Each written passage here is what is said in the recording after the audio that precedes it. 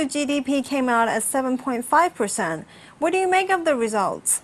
Well, I think it was in line with consensus. I think one interesting thing was the monthly data that came along with the GDP data, because industrial production, which probably is the most correlated with GDP, that fell below 9% in June. So it's suggesting the high frequency data that maybe we're going to see continued slowdown into the third quarter. The other interesting thing, and the positive maybe silver lining on this, was the stronger than expected pickup in retail sales to 13.3% growth. So maybe, we are seeing some signs of rebalancing away from investment towards consumption. That's the positive. But I think the basic message is those that believe China's economy is slowing down, that view remains intact.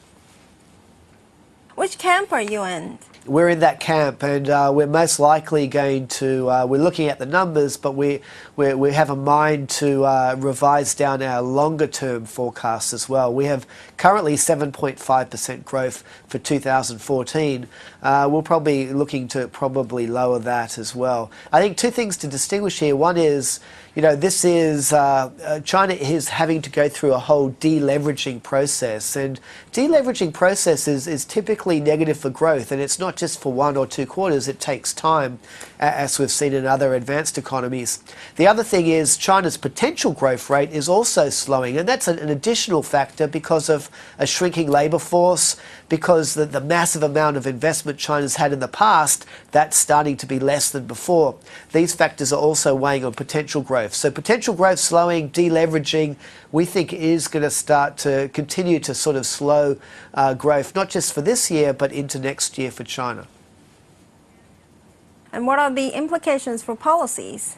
Well, I think the implications for policy near term is we still think it's best to keep the broad policy measures on the tight side.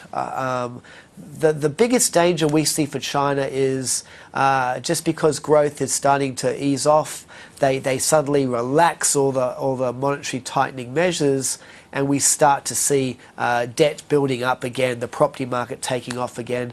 And that is very dangerous, we think, because already the financial cycle is looking pretty excessive. And that can lead to a very severe recession if you have a crisis there. So we think it's better to remain firm. It is sacrificing some growth in the near term, but it's better for China's longer term prospects.